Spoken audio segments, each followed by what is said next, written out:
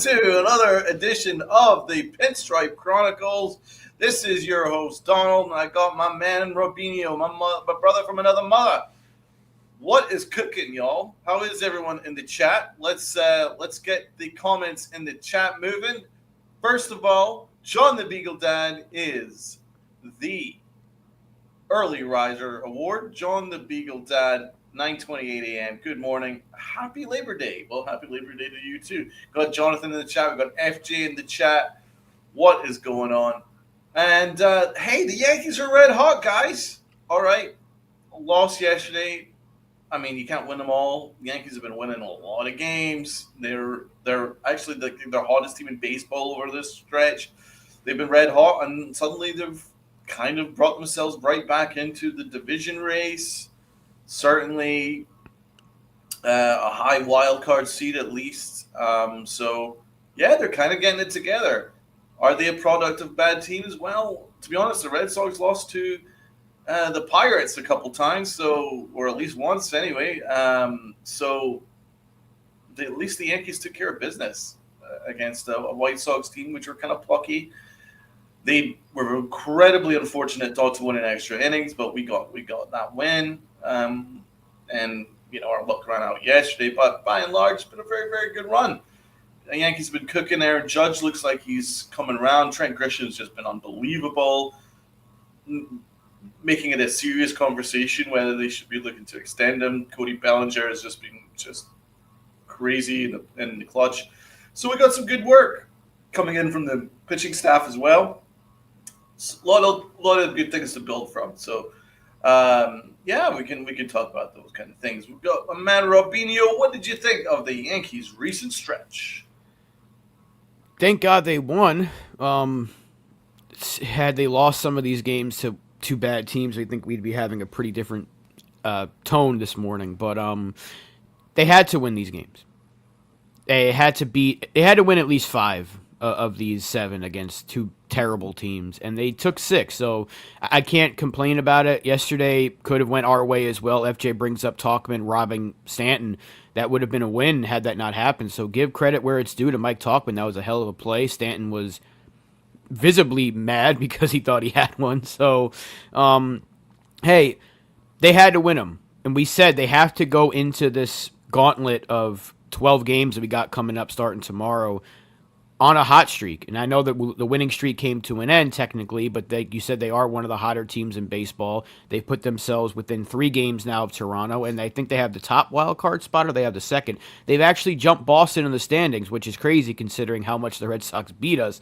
So, yeah, this is a good way to go into the toughest part of your schedule, is by beating up on bad teams. And maybe it was a get-right stretch for a guy like Judge who wasn't hitting, and all of a sudden now you look at his last 15 games, his numbers look incredible. So maybe he is turning it around. Like you said, Grisham's been unbelievable from the start of the season till now. Every time there's a big moment, he's coming up. Bellinger's been more than great.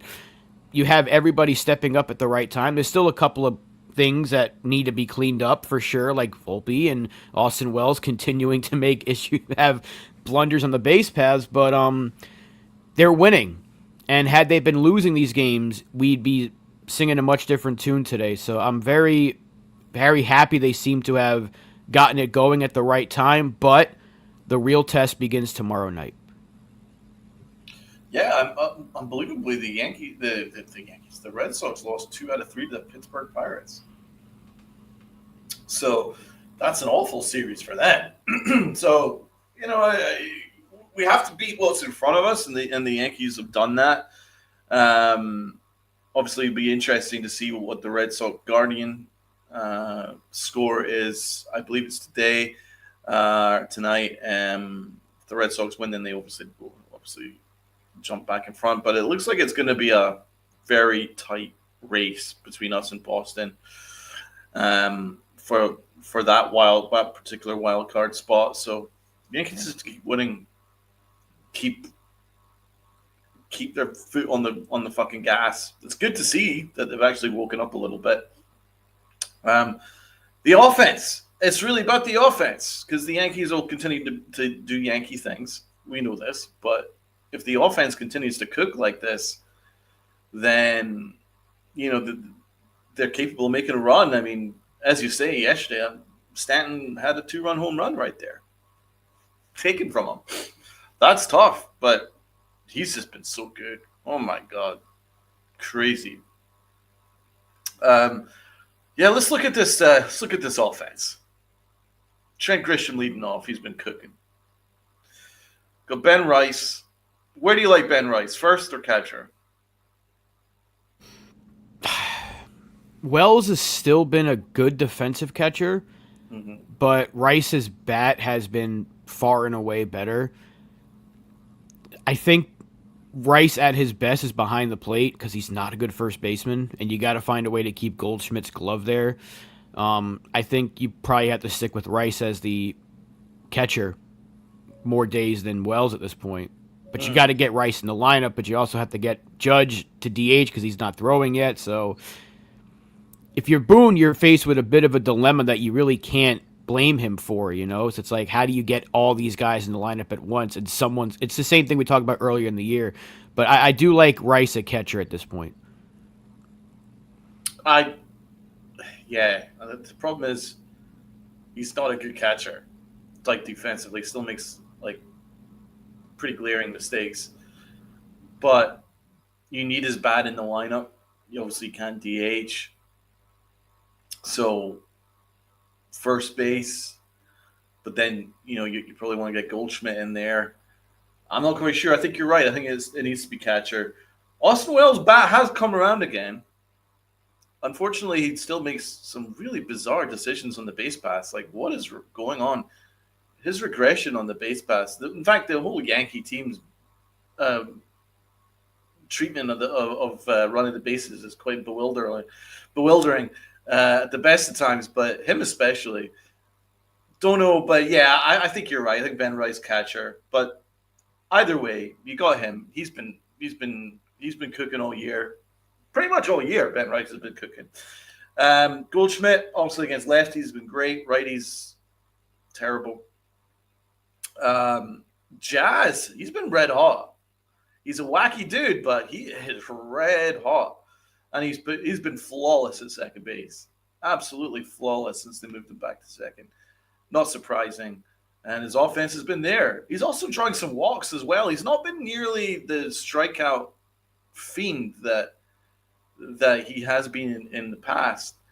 He is mixing in a little bit more walks and some plate discipline in there. So pretty happy with Jazz. I mean, overall, if you look at just his batting average, you're like, oh, he's not having a great season because it's like 238 or something like that. But he's a 25-25 guy. He's driving in a bunch. His OPS is over 800. His defense, like you said, at second base has been fantastic, which makes me even more angry about the unnecessary switch they did in June.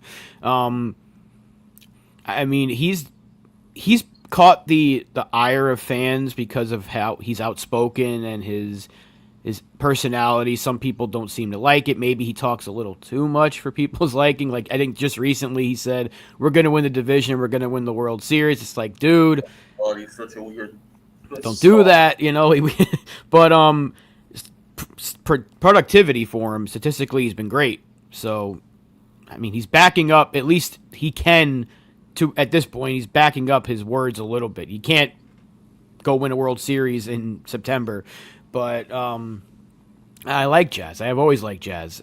I don't have a problem with what he's doing on the field, and maybe there are times where I'm wishing he didn't say as much as he says, but I also do like players that have some personality and have a little fire in them because I feel like this is an organization that needs to have a little personality to it. So you have to kind of just like weigh how you feel about his words sometimes, because I don't like guaranteeing stuff in September, especially when your team just got the brakes beat off of them like a week ago by your division rivals and you can't beat them. So until you can show that you can beat these guys, maybe just calm down on the guarantees. I like the confidence, but I don't like being like, oh, we're going to go do this, because he did it last year and we got embarrassed, and it's a bad look.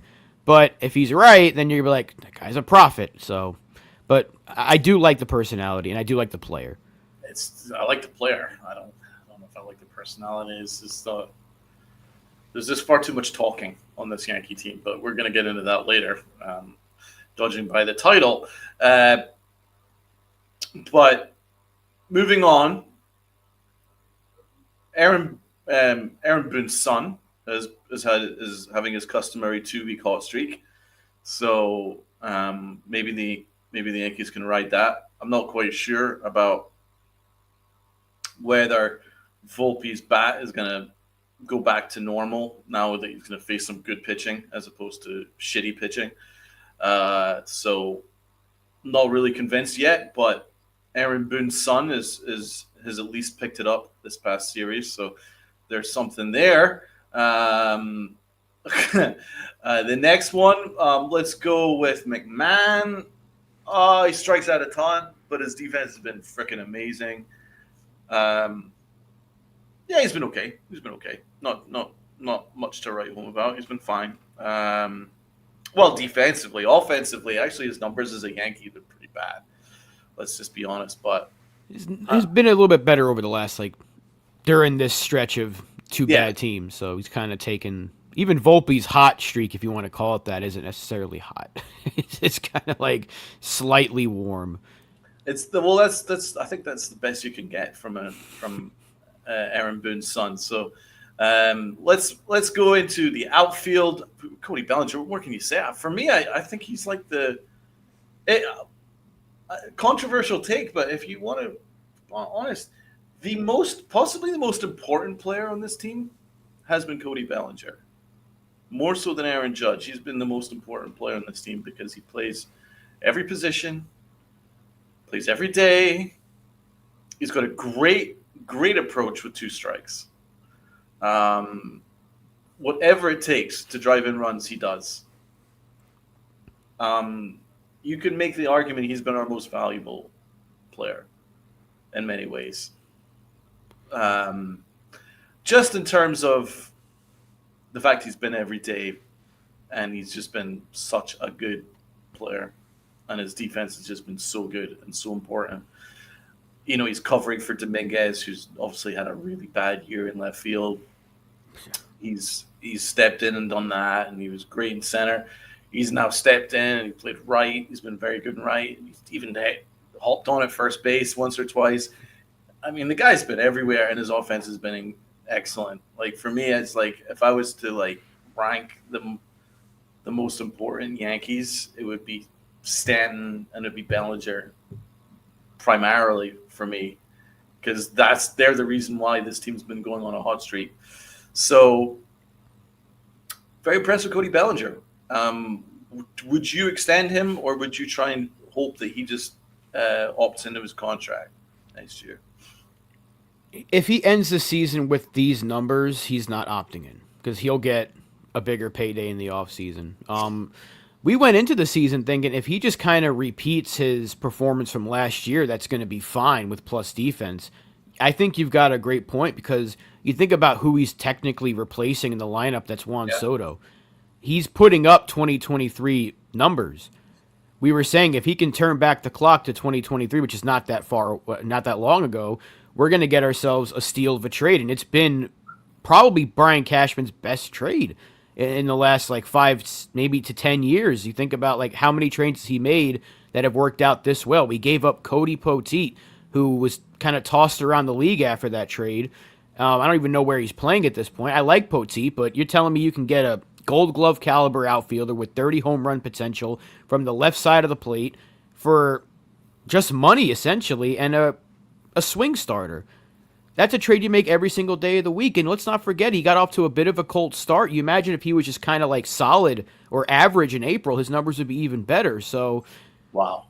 Bellinger's been fantastic. To be honest, he deserved an all-star place. He did. And you look at his for me, really out. I think he deserved it more than even Jazz. I think Cody Bellinger far merited an all-star appearances, and it's kind of a shame that he didn't get one because he was great, really great. Another of Brian Cashman's great trades, Trent Grisham. What a fucking trade that was, man. You got Juan Soto and Trent Grisham. Last season, Soto carried the Yankees, and this season it's Trent Grisham's carrying the Yankees. So that was a great, great trade from Brian Cashman. Let's be honest. Um, Trent Grisham. What more can you say? I mean, the Yankees are idiots for ignoring him last year. The guy could play. The guy could play. And they were like, no, I'm going to go with Alex Verdugo for vibes. It arguably cost the Yankees a World Series because they just needed an extra bat, and they had one sitting on the bench, and they were like, nah, we'll just have him, not use him. But he has been great this year, Trent Grisham. Now that is a real discussion. Do you try and extend him? I think if you do, I think they want to keep him, but they also have to consider if who do you choose between him and Bellinger, or do you go with both? Because if you bring both back, you assume Judge is going to be good to play the outfield next year. Your outfield will be set. What happens with Dominguez? Is he now a tradable asset, but his value will be down because his defense has been terrible this year and his bat's been okay. He hasn't been bad offensively, but he hasn't been playing enough and playing consistently enough to be like this guy's value is still through the roof. Then what happens with Spencer Jones? You passed up on trading him this deadline that you could possibly have gotten yourself an elite closer like Duran. I know Bednar's been great, but you could have had like one of the best in the league or even a Mason Miller type of pitcher for him. Did you miss your opportunity to trade Spencer Jones? So if you keep both of those guys, those two younger outfielders become movable pieces potentially in the offseason. But I also don't know if this is who Grisham really is. I feel like this might be like just one of those crazy out of nowhere type of seasons, because he's even when he played a full year for San Diego a few seasons ago, he didn't do anything remotely close to this. I mean, I think his career high was what, 13, 14 or something like that. So he's been unbelievable. I would like to have him back at this rate, but I don't know if you get both. I think Bellinger's got to be the guy because he can play everywhere. And no disrespect to Grisham, they haven't put him out there in left or right field, so we don't know if he'd be able to handle it, where we already know that Bellinger can play left, he can play right, and he can play first if we needed him to. So I think you kind of have to pick and choose, and I think the, dare I say, better choice, but maybe the more logical choice would be Bellinger because he's a little more versatile, and he's had a bigger, I guess, like a more of a wider range of good seasons compared to Grisham. A larger sample size. Yeah. I agree. I love Trent Grisham, but I would have him test the market. I think he'd probably look to extend Bellinger because Bellinger has the ability to play first base so that it still leaves you open to promoting Spencer Jones. Jones can play center field. Bellinger can play left field. You got Aaron Judge that can play right. Then Bellinger can hop on at first if you want to get Dominguez in left field. It just seems like there's a little bit more options that are a bit available to you that way. And I tend to agree with Devo here. I say go get Kyle Tucker. I think Tucker just needs to get out of Chicago in a more hitter-friendly stadium like Yankee Stadium, and I think he'd go back to raking, get it back to the American League, and I think he'd start raking again. So I would agree. It's great, though, because Tucker's poor year for his standards probably means that his price won't be as insane as it would have been had he had his normal regular numbers. So I would love to get Kyle Tucker in the building for sure. So yeah, I would say let Grisham test the market, but doesn't take away for how great he's been and how clutch he's been. I mean, if you name the clutch Yankees, it's been him, Stanton, Bellinger. They have been the clutch Yankees. So Grisham's just been excellent. So you got him. Let's move over to right field. Big motherfucking G spot.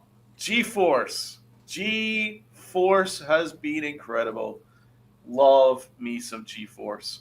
Robbed of a home run yesterday.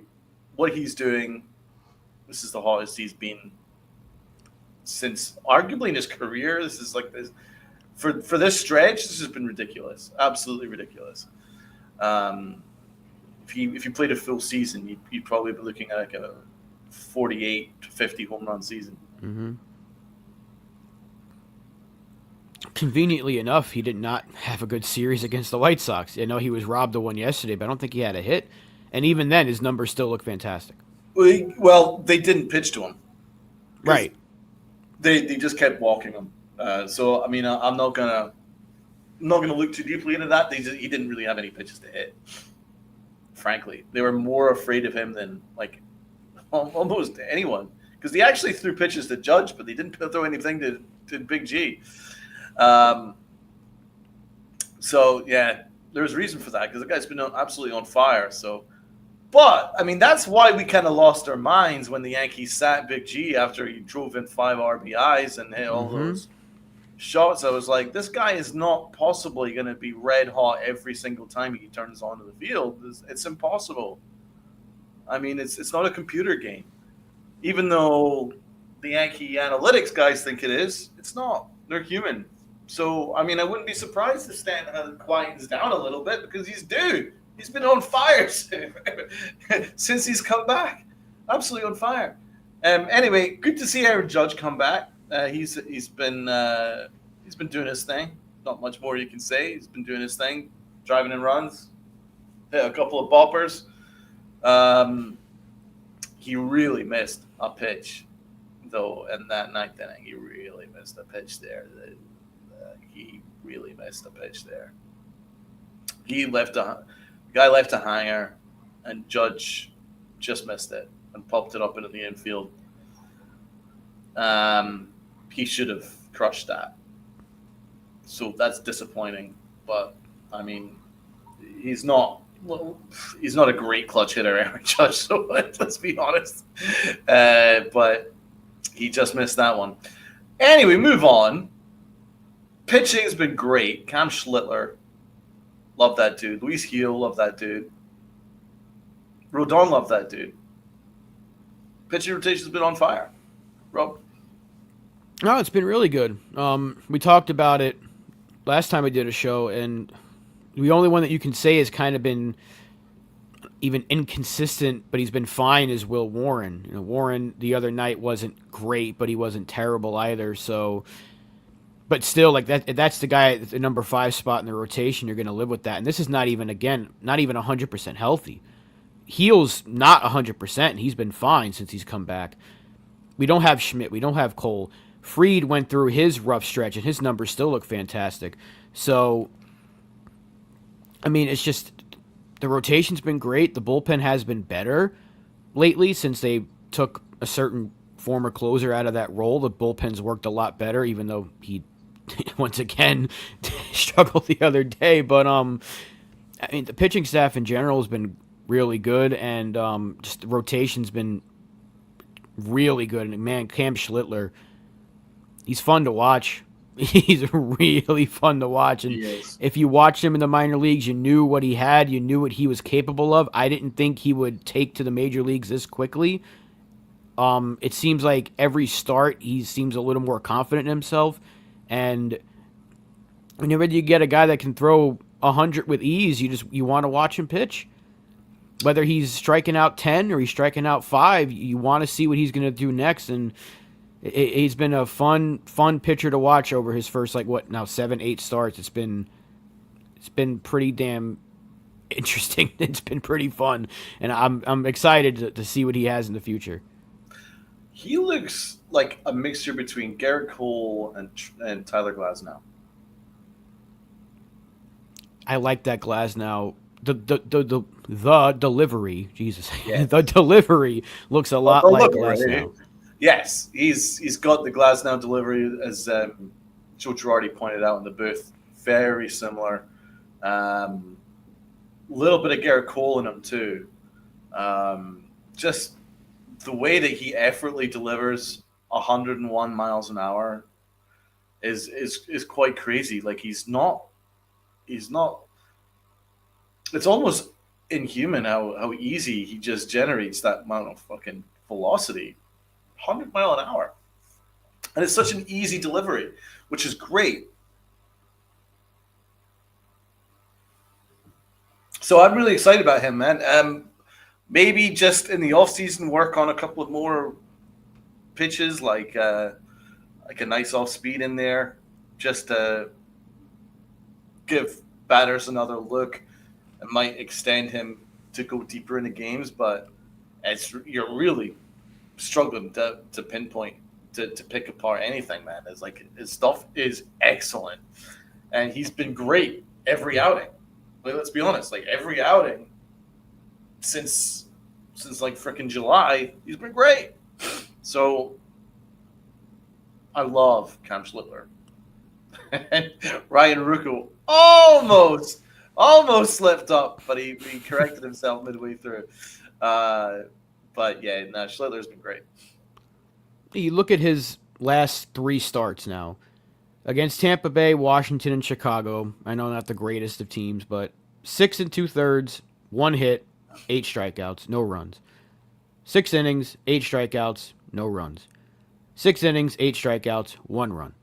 That's wild. I mean, it's still a young pitcher against major league teams, and he's doing pretty good. So if we go now, look at his start against Houston: 5 innings, 2 runs. Against Miami, 5 innings, 2 runs, 6 strikeouts. He's only had one start where he hasn't gone past or gotten 5 innings or more, Wow. and that was against Tampa Bay on July 28th. So, I mean, he's been great, and he's Is gotten his better. ERA sub 3? He's at a 2.61 right now. Wow. He's walked 20 batters, and he has struck out a total of. I can't get the stats here. It's not showing me, but it's a lot. He's striking out a lot. And he's got the effortless strikeout.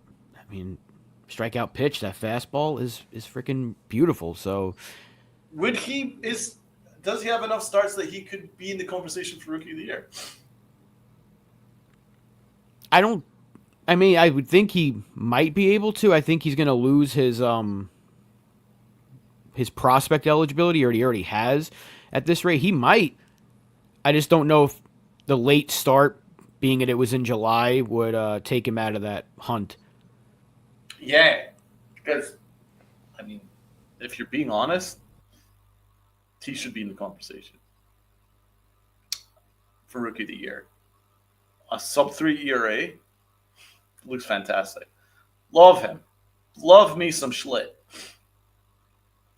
So yeah, to be honest, I also really like our back end of our bullpen. I mean, you go Weaver, you go Duval. I believe that Duval's going to be good.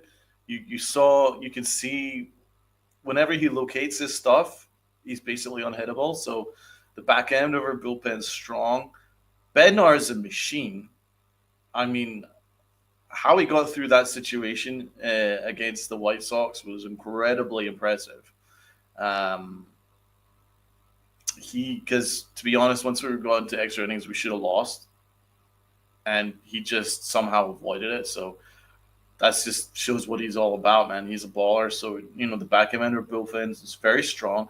The only aspect of our bullpen, and also got Cruz back. The only aspect of our bullpen which worries me is our middle relief. If we turn to somebody other than those names that I mentioned, then, like for instance, even Williams, I get worried still, as you should.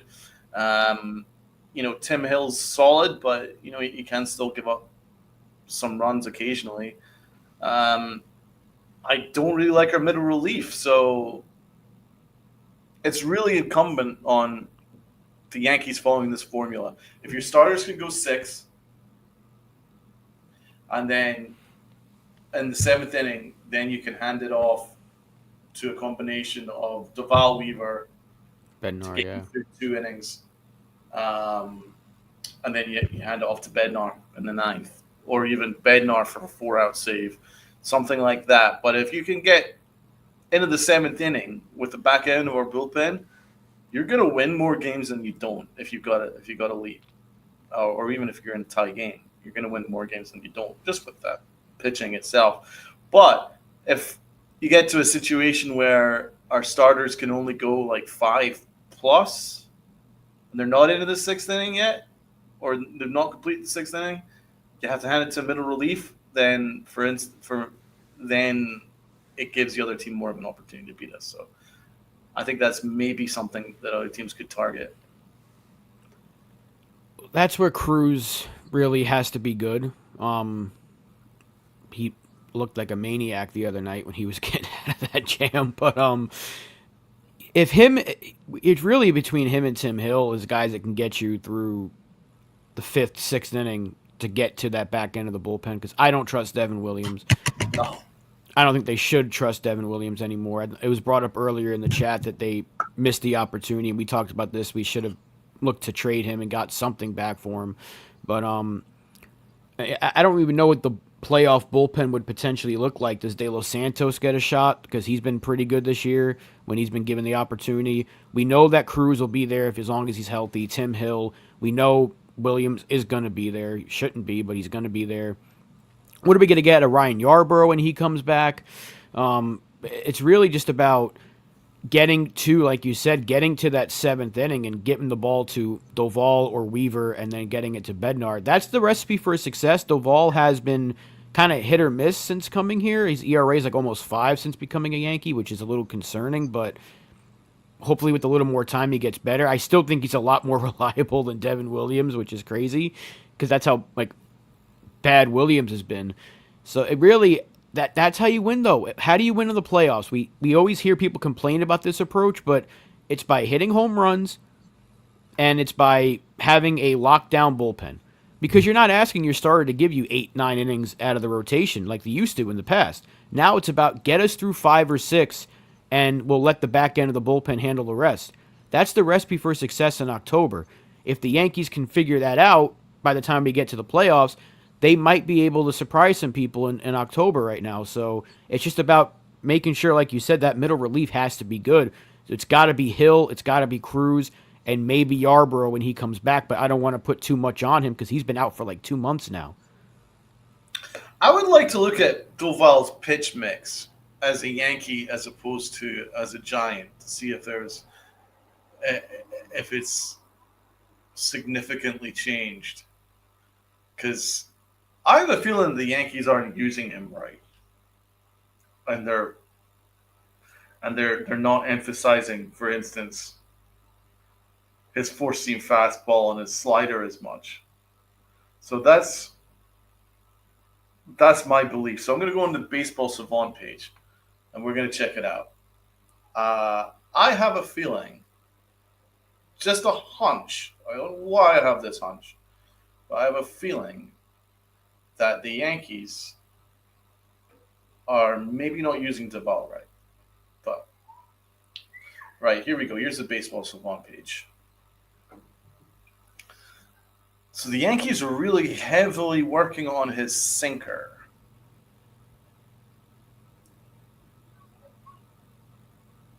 I mean, he does throw it at like 99, 100 miles an hour. So Yeah. So, yeah, as a Yankee, slider, cutter, sinker, not really using his fastball that much. Well, they like cutters. We know they like cutters. We know they like sinkers. Anything that generates swings and misses. Mm-hmm. Maybe his fastball is just a little bit too straight. Also, he's got no command. I think that's where they're going wrong. I think they need to use his fastball more because if his fastball's like 101 miles an hour, right? I mean, anytime you can throw triple digits, I think you got to throw that pitch as much as possible. Right. But his other 2 pitches can hit triple digits as well. So it's like, yeah, but we know it's a common complaint that the Yankees tend to prefer using guys' secondary pitches rather than main fastball. Do you know what I'm saying? Right. They do love a sinker and they love a cutter. They absolutely love a cutter. The Yankees. Um,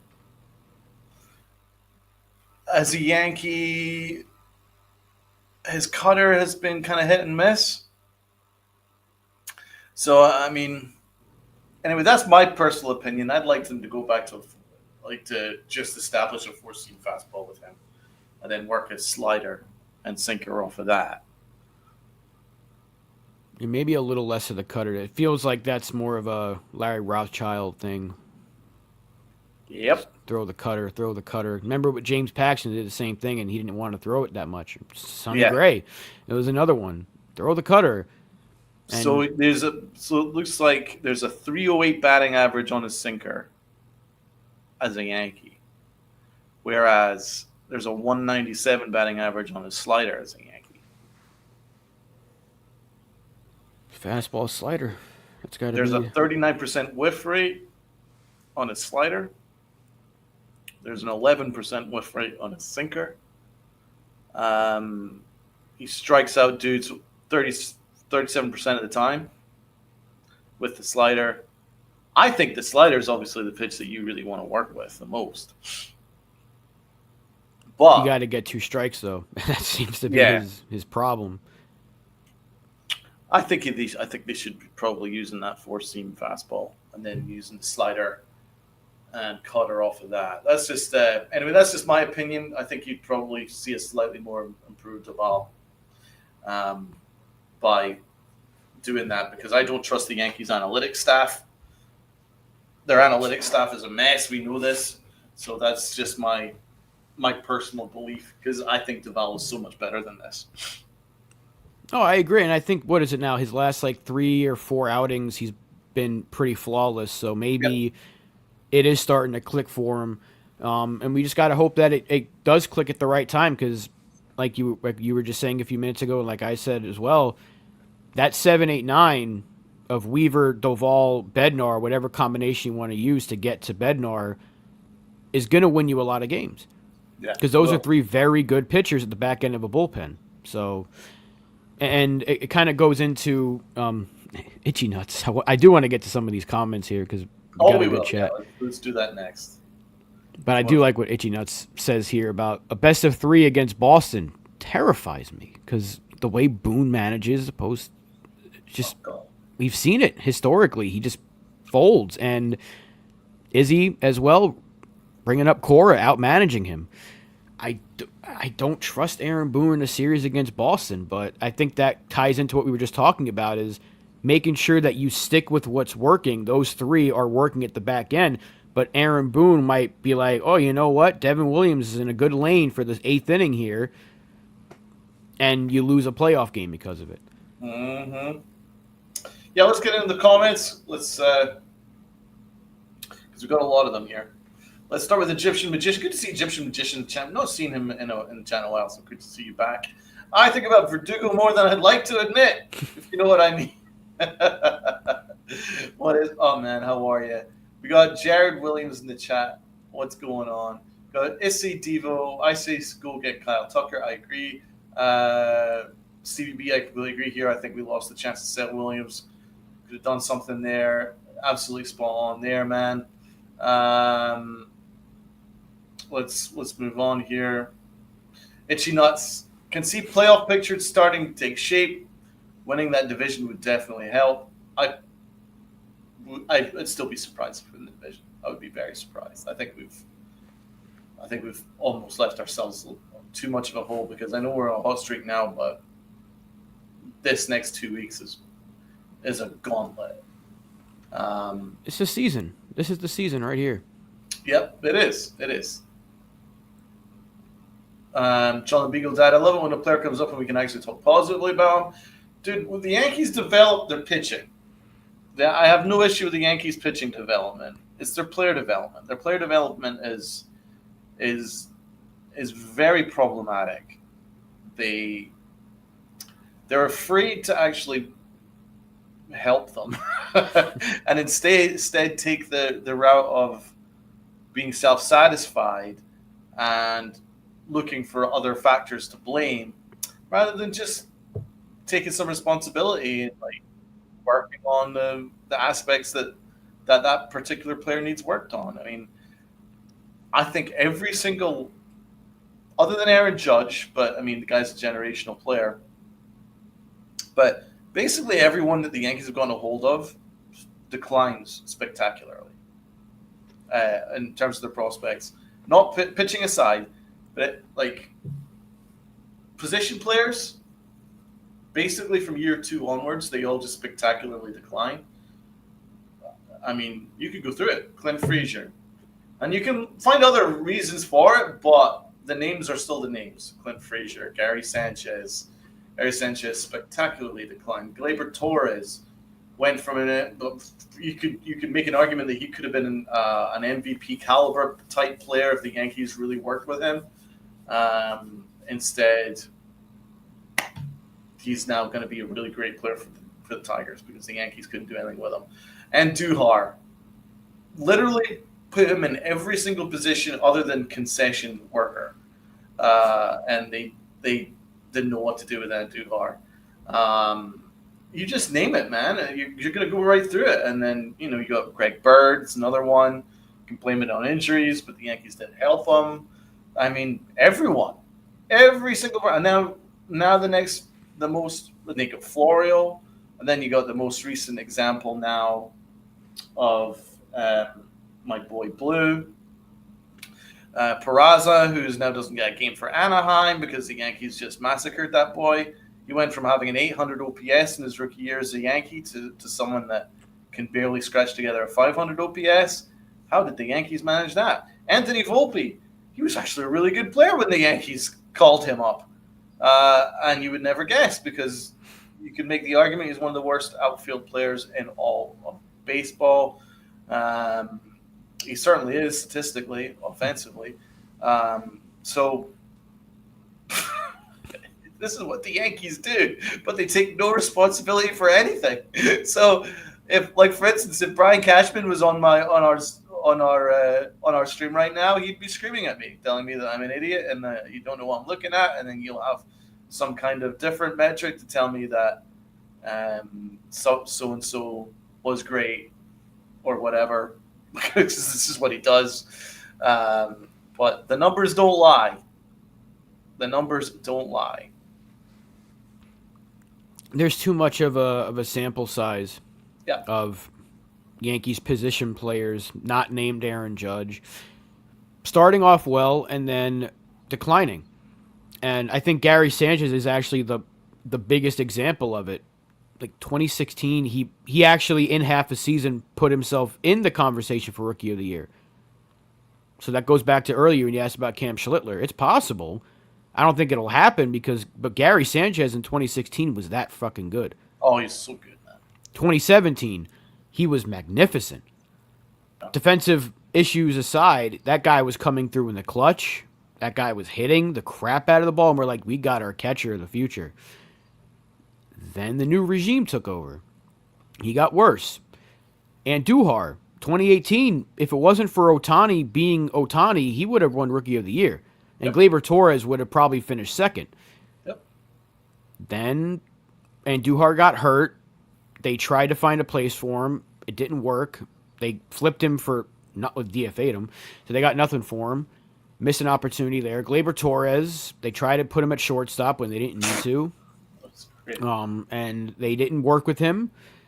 And you're seeing it happen again with Anthony Volpe. Year 3, former top 5 prospect.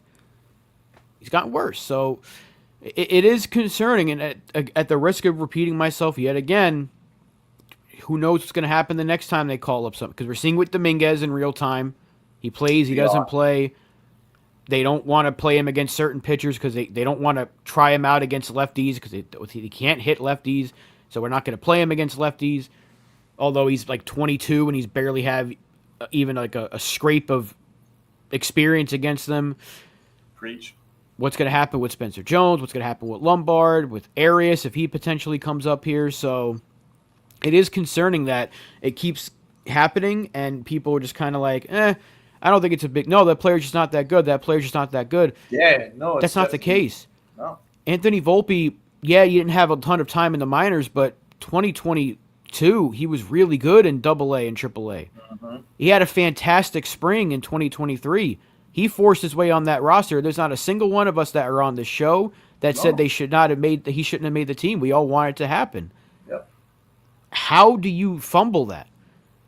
How do you not even work with the kid to make sure he can be, at the very least, just a solid, quality major league starting shortstop? Instead, you're lying to everybody and Yeah. telling him that he is when everyone with a pair of eyes can see that he's not. Stevie Wonder can tell you the guy's not playing good right now because every Right. time he steps on the field, he's making a mistake, and it's just like, dude, you have Caballero, who you picked up for nothing, sitting there, and every time he's out there, he's the better option. And you're just like, no, Anthony Volpe. And it's like, stop lying to people. You can even look at Austin Wells, man. Right. Last year he was phenomenal. This year he's fallen off. Now you can always just blame it on sophomore slump, but I really think that there's a couple of things here. I think that the Yankees don't really have much of a coaching staff at the big league level that can work with players. I mean, Aaron Boone is a former third baseman, a very decent third baseman. He can't like tutor Anthony Volpe. Like, does Aaron Boone do anything? You know what I'm saying? Like, you're a former third baseman, a former quality third baseman. I'm sure you could give him some tips. He's not doing it because Volpe's footwork is all over the place. Still is. It's a wreck.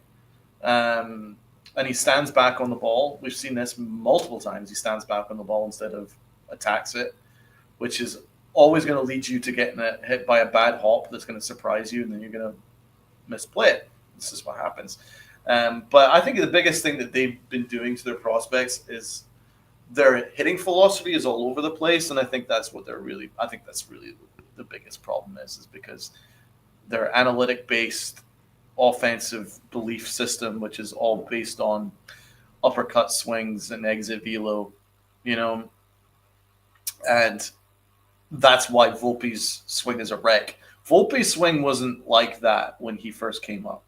The Yankees got a hold of his swing and really has messed it up, because he can't get a consistent approach at the plate. He never has. Whenever he does, he tends to look okay, but he loses it quickly, and the Yankees don't seem to pay any attention to it because they don't want to take any responsibility for anything that they do. I think that's part of the reason why. It's certainly a big problem with Gary Sanchez. It was a big problem with him because they just wanted to make him strictly a pull hitter, even though he could hit to all fields. They wanted to make Gleyber Torres a pull hitter, even though he could hit to all fields. I mean, this is the Yankee thing, but they take no responsibility for anything. As I say, I mean, we'll keep saying it because it's the truth. They do not take responsibility for it. But as I say, if Ryan Cashman was sitting here, he'd be screaming at us, telling us that it's not true, even though that's exactly what's happened. That's precisely why these players have declined. That's precisely why Volpe goes in these massive long slumps. His hip, which, for instance, how in the modern day, when they have such a gigantic analytics staff, right, and you've got film for everything, they watch film when they sit down in the dugout. You can see your previous at-bats. How do you miss that? When Paul O'Neill says it all the time in the yes booth, how did they miss that? It's a great question. We seem to know the answers because they're just not that good at what they do. But the Yankees will have you believe otherwise, which again goes to the fact that they don't take responsibility. And as long as they follow their process, they're going to be fine. And I don't want to be complaining here because we are on a good streak of wins or a good stretch of baseball, and we got the most important series of the season coming up. But this is exactly why we're bringing this stuff up, is because we're about to play 12 of the most important games of this entire season. Back to back to back to back to back to back to back to back to back to back to back. Every single game is important. So the Yankees' issues that seem to always pop up at the most inopportune times, if they happen during this stretch, they could very well be playing themselves out of a playoff spot, or at least out of the division. They still have a chance at the division. 3 more games against Toronto. Anything can happen. Toronto's been scuffling a bit. We've been playing good baseball. Maybe if they go on a good stretch during these next 12, they can overtake Toronto. But if they start throwing the ball over the infield or just forgetting how many outs there are, they're not going to win those games, and they're going to fall further back in the standings. So that's why we keep bringing this stuff up. People think we just want to be negative. No, it's because this stuff keeps happening at the worst possible time. It happened a couple of times against Chicago. Luckily, it was the White Sox, and it didn't really kill us more times than it could have, because like you said, we could have lost that extra innings game to them. So it could have been 2 out of 4 at a split instead of a 3 games to 1 series win. So if that's happening against the White Sox, you can overcome it. We've already seen, Brian brings it up, when it happens against Boston, they kick the living shit out of us. When it happens against Toronto, they kick the living shit out of us. We'll see what happens when we play Detroit and we play Houston, but we can't be making these mistakes against the good teams because they'll eat you alive for it. Chicago, you can get away with it. Washington, you can get away with it. To a degree, Tampa Bay. But Miami didn't let us get away with it. Miami swept us. And they're not even that good of a team. They're a better team this year, but this is why we keep bringing this stuff up, because no matter how many winning streaks they go on, no matter how many times they win 6 out of 7 or 8 out of 10, they find ways to keep those teams, those issues keep rearing its ugly head, and we start to be like, see, this is why we can't get too uplifted about this team, because every time they do this, we think, oh, they're back, and then they have a clunker of a series. So that's been Yankee baseball this year. Let's play a fun game. Let's play the win-loss game for this daunting stretch, right? Up to, let's go, the end of the Twin Series. Let's have our record. And so we got 3 against the Astros, hats and all. Rob, what is our record in that series? Well, we got Fried going in game 1. Okay. I think it'll be Rodon in the 3rd game. Ooh, I'm not sure. I'm not sure who's starting the 2nd game. If that's Warren, I think we could take 2. All right, so you'd win 2 out of 3. I like our pitching. The Astros pitching is really good. I think it's Valdez versus Fried tomorrow, which is that's a great pitching matchup. We're gonna need to see. We need to see playoff. Well, playoff Fried isn't actually the greatest example. We need to see Max Fried earn that money again, because hopefully he put that bad stretch behind him. But I think we can take 2, because I do like our pitching in this series. All right, so you're going 2 out of 3. I'm going 2 out of 3 for Houston. Okay. And what about the chat? What is the chat's prediction? Y'all in the chat put in your predictions. Okay, so let's move on to the Jays. The Yankees are awful against the Blue Jays. Mm-hmm. Absolutely bad. Rob, what did you think? What you going with? I think David thinks the Yankees sweep them. That'd be great. Evan thinks Houston takes 2 out of 3. Stevie B thinks Houston takes 2 out of 3. I don't know if we beat the Blue Jays, just because historically they've kicked, at least this year they've kicked our ass. That to me is the real test, is the Blue Jays and Red Sox series. I don't think we'll have Rodon for that series. We will have Schlittler, though. We'll see how he does against him. That's a big test for him. I think that's a series that we end up losing. Toronto's just been better than us every time they play us.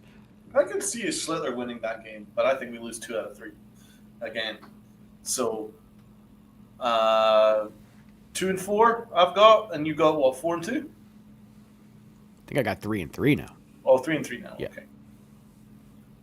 Now we move to the Tigres. The Yankees have sucked against the Tigers. of late. Tigers are red hot, one of the best teams in the American League. What's our record? We're at home. I think we can take that series. I'll give us 2 out of 3. Okay. So you're going what? So be a 5-4 record now? 5-4. Okay. Let me think here.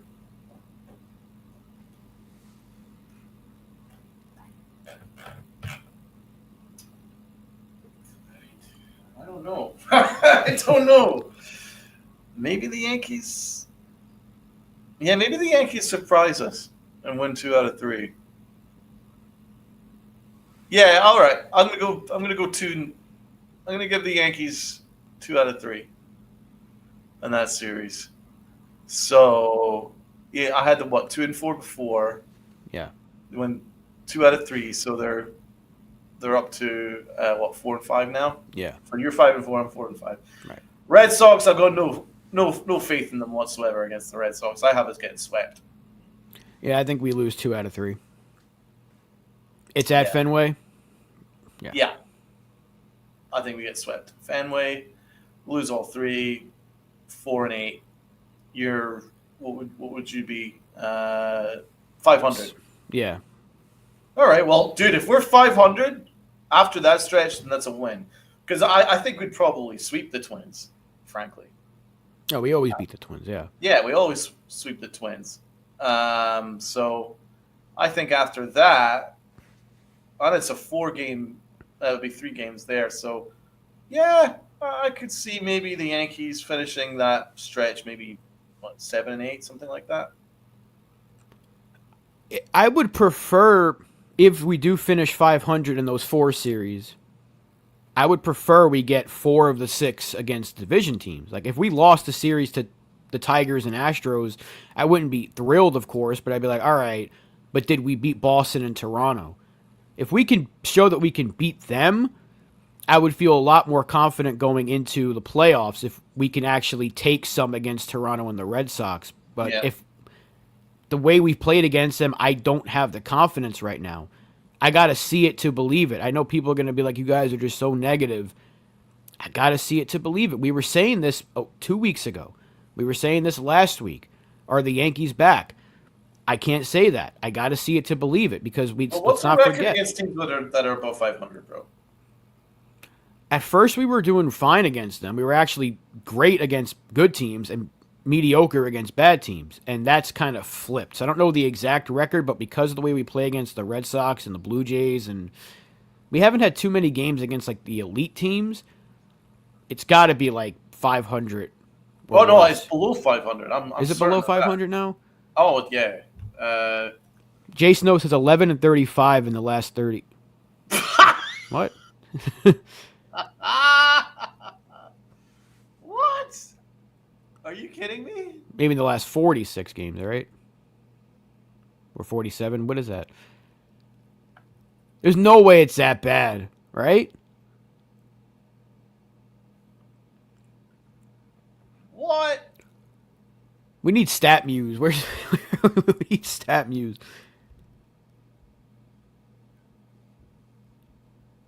That's insane. Well, I mean, the new is below 500, but shit.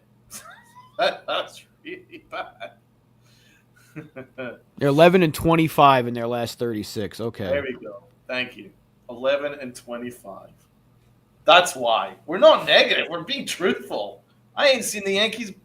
I mean, if we come out of it and you're right, we get 500, then that's a win. Right. I've got us below 500. And even 7-8 isn't that bad considering the rest of the way. And 7-8 would be kind of generous because I'm not even sure we will win the Tigers series. But even still, 7-8 isn't that bad because then you've got this stretch where you're Twins and then the Orioles, although the Orioles always beat us. We play the White Sox 3 more games. Itchy Nuts says the Yankees beat the Tigers 2 out of 3 at home. Yeah, I can see that too. But you never know because the Yankees always struggle against good teams. So I mean, I need to see us. I need to see us do well. But one thing I'm pretty convinced about is he has the Yankees win 89 games. I have the Yankees winning like 88, I think, 87, 88. I don't think they'll win the 89 games. I think they'll win maybe 87, 88. They'd have to win 13 to get there. If they come out of the stretch 500 of these next 12, that puts them at 82 and 67. You Wow. have a really good chance at finishing with 89, even 90 wins, because Twins, twice against the Orioles, and then the White Sox, like 90 wins is attainable, but I can't help but think of how many wins they left on the table this year with bad decisions at the bullpen or errors. Like this team should be well ahead of the pack in the AL East, and they've gotten in their own way, which is why we don't have. It's pouring rain outside right now, which is why we don't have the confidence in this team, or too much confidence to be like, oh, they're going to go out and they're going to win 8 of these next 12. Like I wish I could be like, oh, they're going to go run through it. Let's go. I'm hyped up. They haven't given me the reason to believe that. It's been bad. It's been mediocre or bad more than it's been good since June. Well, it's been awful. And that's 3 months. So Absolutely awful. The Yankees have been bad more than they've been good. exactly. So, let's end the episode on the tail end of the title. I want the Yankee. I want our chat's opinion on this. The Yankees wearing cowboy hats as they left the field. Brian Hoke had a video trending on Twitter.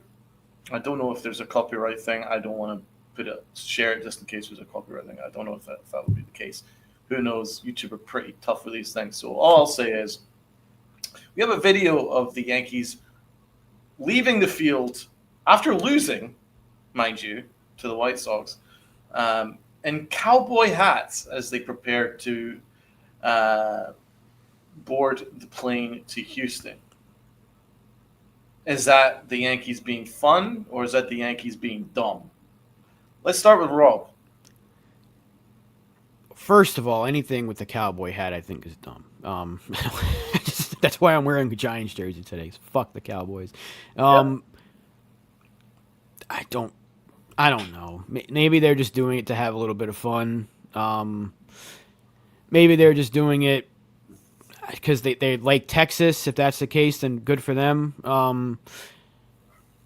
I don't think I would care. I really don't care. I didn't even know it was a thing until you texted me this morning.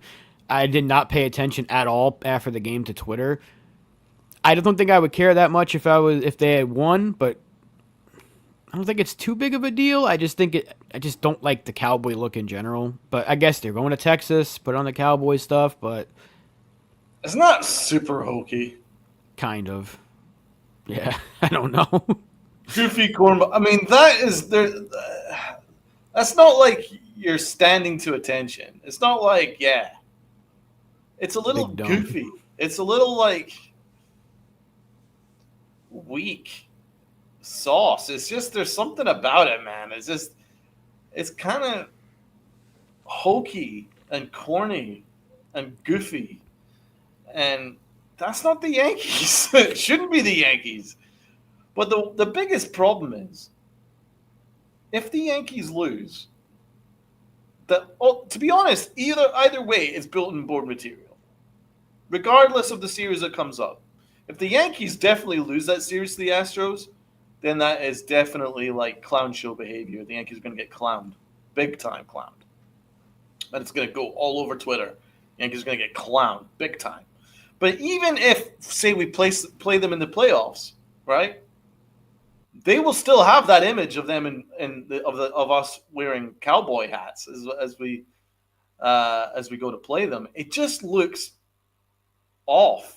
It's like Aaron Judge playing New York, and in a boombox against the Red Sox. It's just, I don't know, man. Like as he says here, all I'll say is he'd never catch Derek Jeter doing anything like that. No, because he's not corny. It's not the Yankees. It's way low class. It is. It's very low class. Very low class. By the way, does any other team do that when they play the Astros? No, it's just the Yankees, which means that it's kind of stupid.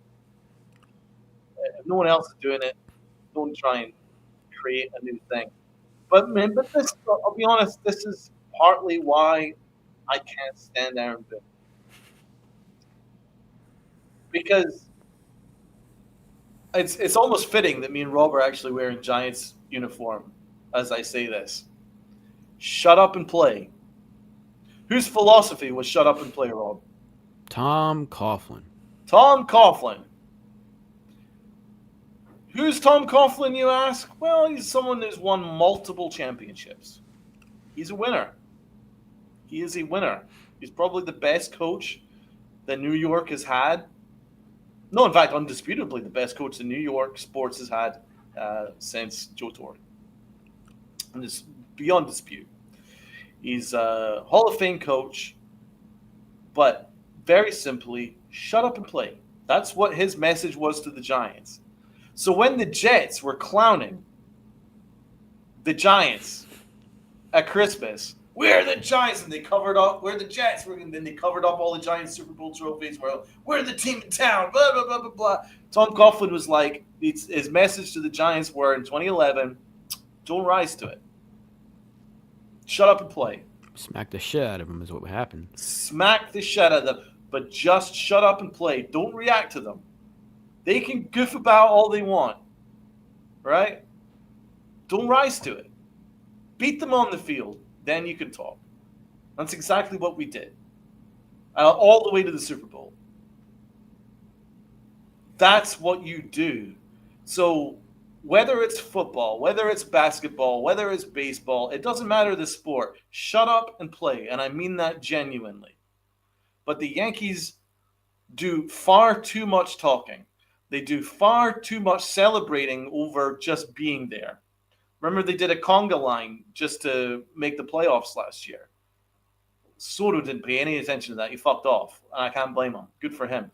That's just the clown show behavior that is going on with the Yankees. They celebrate things that shouldn't be celebrated. You know what? You're boarding a plane to Houston. Oh, we're gonna wear cowboy hats.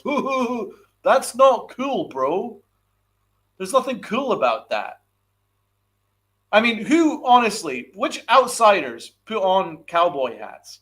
Other than if you're, for instance, on an over 60s cruise and it's Western night on an over 60s cruise and everyone's in a fucking line doing line dancing wearing Stetson hats. That's a nightmare to me. That's where out-of-towners would wear cowboy hats. There's nothing cool about it. Seeing some grandparents wearing fucking cowboy hats is about as close as you're going to get to outsiders wearing cowboy hats on a Western night. It's stupid. Stop doing stupid things, and I will have a lot more respect for you. I mean, what are we going to do next? You know what we should do? When we go to Anaheim, let's all dress up in Disney outfits. Aaron Boone can dress up like Mickey Mouse. He goes to California. You know, when we go to Seattle, why don't we all dress like we're going to go to a Pearl Jam concert? Do you know what I'm saying? It's just like, what's next? Why not just go all the way with the hokey outfits? Let's wear a Hawaiian shirt and eat Cubanos when we go to Miami. Why not just do all the stupid things if we're going to wear cowboy hats when we go to Texas? Let's do all of it. It's so hokey and stupid. When we go to Philadelphia, let's wear wife beaters and let's drink beer and yell abuse at people in the street. Do you know what I'm saying? Well, let's go and do all that stuff. Let's go all the way. Let's go all the way with the hokiness. I agree with Jake a little bit on this one. I didn't really see too big. I just don't like the cowboy aesthetic in general. I don't like anything about Texas. So I mean, if Houston comes to New York and they're wearing Timbs and jeans and they go to like a bodega and say "Yo, Ak," I don't know if that's the way they can get back at New York. I don't really care. I really don't know why they had to dress up to go. The Boston fans is left for Coffin. Yeah, I don't know why they had to Exactly. dress up to go on a plane. I'm sure maybe they took the hats off when they got on the plane. I don't know. Maybe it's something for the When we team. go to Colorado to play the Rockies, let's dress up like the characters from South Park. That actually sounds fun. That actually sounds fun. Oh my God, you killed Kenny, you bastard. Let's dress up like Kenny Cartman. I want to know who would be Cartman. Who'd be Chef? Trent Grisham. We have to get Cece back on the plane, really. Yeah. That's the only one that could be Chef.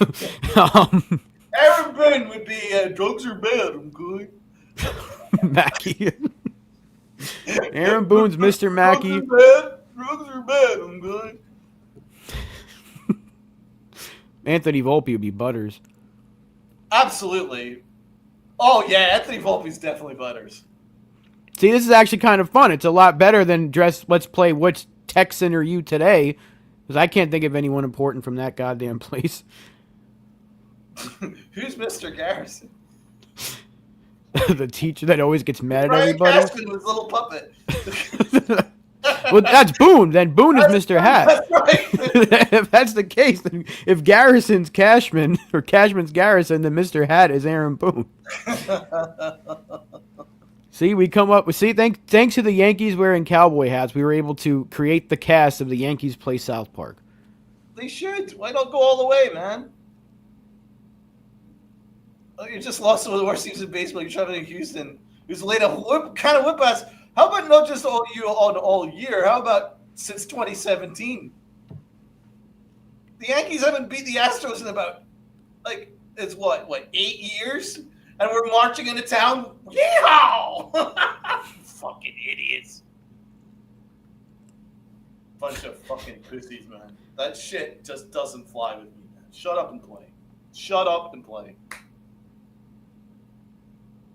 Astros are laughing. Bulletin board material, and if we lose the series, or even if we lose them in the playoffs, that's gonna get paraded around. That's just the kind of shit that you just don't do. You don't do. I mean, look, if we talked about the Giants earlier, remember when they went to Green Bay for that playoff game and practiced with no shirts on? It's like we don't care about the cold, and then they conveniently dropped every single pass thrown to them. So, yeah, I mean, people don't think it's too big of a deal. It's like, oh, they're just having a little bit of fun. Let them do what they want.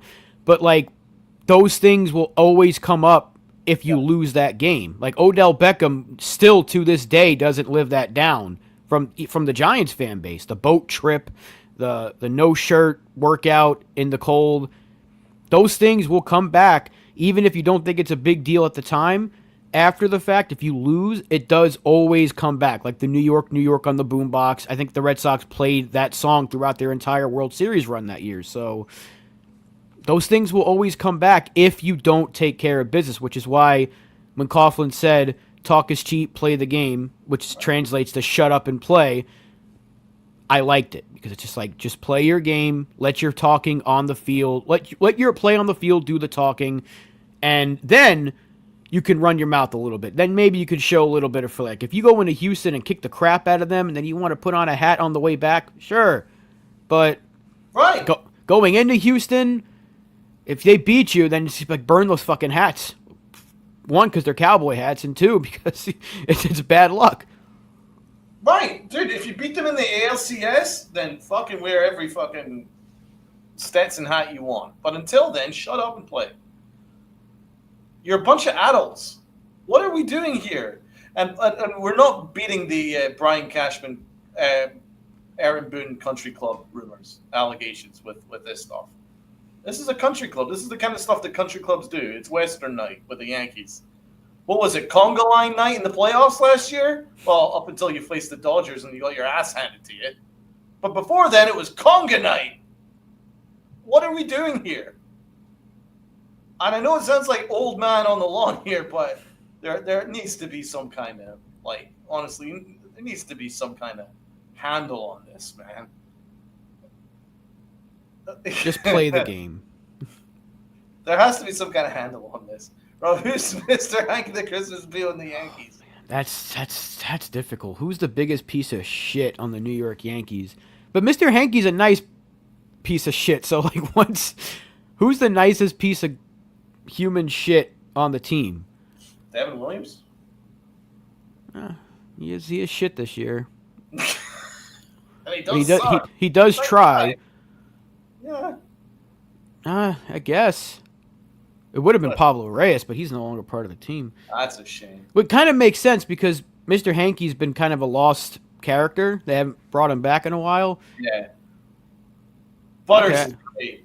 I love Butters. Unfortunately, he's actually Anthony Volpe. He absolutely. I got to know who's Cartman then. Oh, me.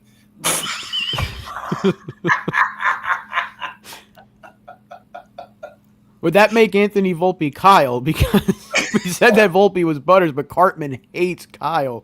But Kyle also hates Cartman. That's true.